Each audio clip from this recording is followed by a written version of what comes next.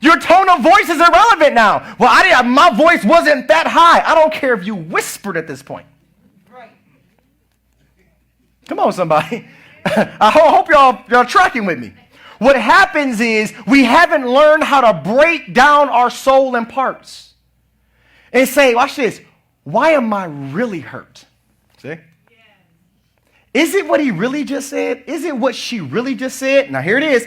Or is it an accumulation of years and years of frustration, disappointments, conversations that were never healed and never completed, left wide open, and we moved on in fake healing in silence, and then some little trigger comes and we blow up and we wonder like, why are we acting crazy? You're not crazy, you're overwhelmed. Now, if I take this cup, which is full, and I add more to it, it will what? Overflow. It doesn't mean that this little bottle is crazy. It means it's full. Here it is. If a bottle is full and you pour more into it, don't be shocked when it spills on you. Right. Most of us act like containers, here it is, don't have capacity limits. Your soul has a capacity limit, y'all. Your mind has a capacity limit. Here it is. That man that you think is a jerk and no good and blah, blah, blah, I promise you his capacity is blinking full. That lady, she's not just crazy, she's blinking. There you go. Most people don't have a mental health issue. They have a capacity full issue. Let me rephrase that. Most don't have a mental health issue. They have a person that don't respect their capacity limits. So you keep dumping on people that cannot contain your brokenness because they're already containing and holding their own. So here it is, when will you come across somebody's life and do this for them? Create capacity in them. When will you come and erase some of the things that have filled them up?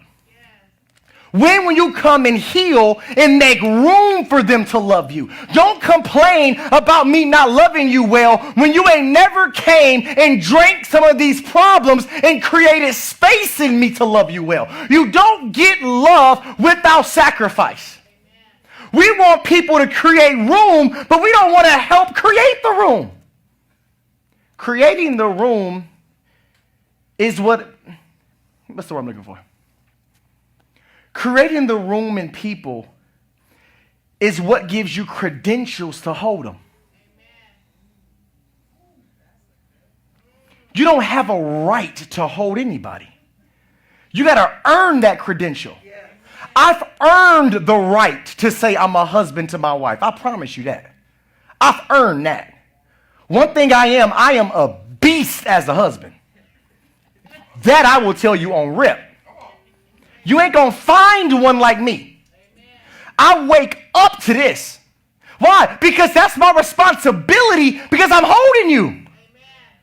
The fact that I picked you up, I wake up with the responsibility not to drop you. There's no way in the world I can say I'm a man of God if I keep dropping my wife and then saying I love God. I don't love you. I don't love God based upon how I drop you. And this is the key. My wife has to do the same thing for me. See, that's the caveat. Just because I'm a man don't mean I have infinite strength. Men have capacity as well. And that man needs a wife or a woman that can come, watch this, and help corral the storm. You can't be the storm you're corralling. Come on, somebody. You can't be the storm and the solution. Baby, let me help you. What do you mean? Right? That's how it feels, right? I'm trying to express how y'all can see it. On the inside, it's almost like, get your hands off me. Right? That's how a man feels when they're laying their life down. And versus you saying, look at the sacrifice. You use them as a rug. I promise you, no man can last. That's the thing. I get it. As a man, it's my responsibility to be a sacrifice. I accept that. I don't expect you to treat me like a rug, though. Like a doormat. So now I have the pressure of being sacrificial because I want to glorify God. But now I have a capacity issue because the woman that I give in my life and soul to does not view me the way that God does. Why am I saying that? Because this word here, every evil thing, it literally means, watch this, the worthless thing.